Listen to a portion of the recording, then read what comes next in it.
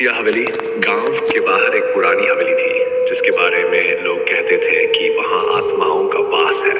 हवेली की इमारत जर्जर और खंडहर हो चुकी थी, लेकिन उसकी डरावनी कहानियां गांव में हर किसी की जुबान पर थी।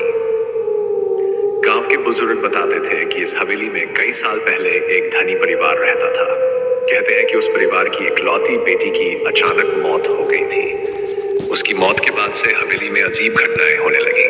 लोग कहते थे कि उस लड़की की आत्मा अब भी हवेली में भटकती है। किसी को भी वहां जाने की हिम्मत नहीं थी, लेकिन एक दिन गांव का एक नौजवान विजय इन कहानियों पर यकीन नहीं करता था।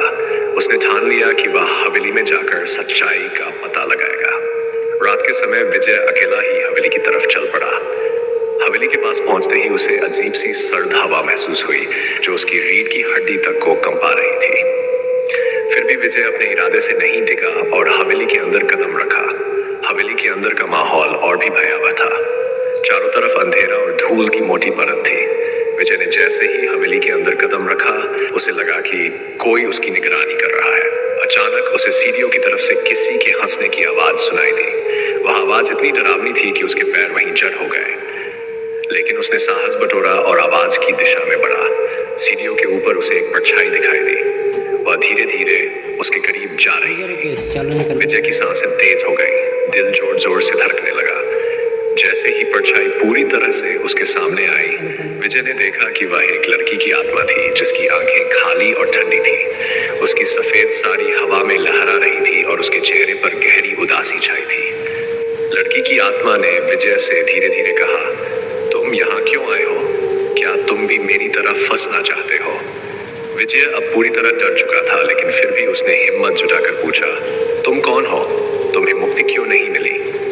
आत्मा ने आभारी और कहा, मैं इस हवेली की इकलौती बेटी हूँ। मेरे साथ विश्वासघात हुआ था और इसी हवेली में मेरी हत्या कर दी गई थी। मेरी आत्मा को कभी शांति नहीं मिली। मैं अब भी उस दिन का इंतजार कर रही हूँ जब कोई मेरे कातिल का सच सबके सामने लाएगा।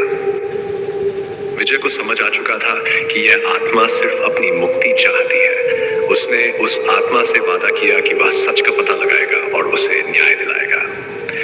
आत्मा की आंखों में एक चमक आई और वह हवा में विलीन हो गई। अगले दिन विजय गांव लौट आया, लेकिन अब उसकी जिंदगी का मकसद बदल चुका था। उसने गांव वालों से उस पुरानी घटना की सच्चाई जानने की कोशिश शुरू की। कई सालों की मेहनत के बाद विजय ने उस गहरे राज को उजागर किया और आत्मा को न्याय दिलाया। उस दिन के बाद से हवेली में कोई अजीब घटना नहीं हुई और वह आत्मा हमेशा के लिए मुक्त हो गई। यह कहानी हमें सिखाती है कि सच्चाई चाहे कितनी भी छिपी हो, उसे उजागर करने का साहस हमेशा हमारे अंदर होना चाहिए। डर और भय से लड़कर हमें सत्य के मार्ग पर चलना चाहिए, क्योंकि अंततः सत्य की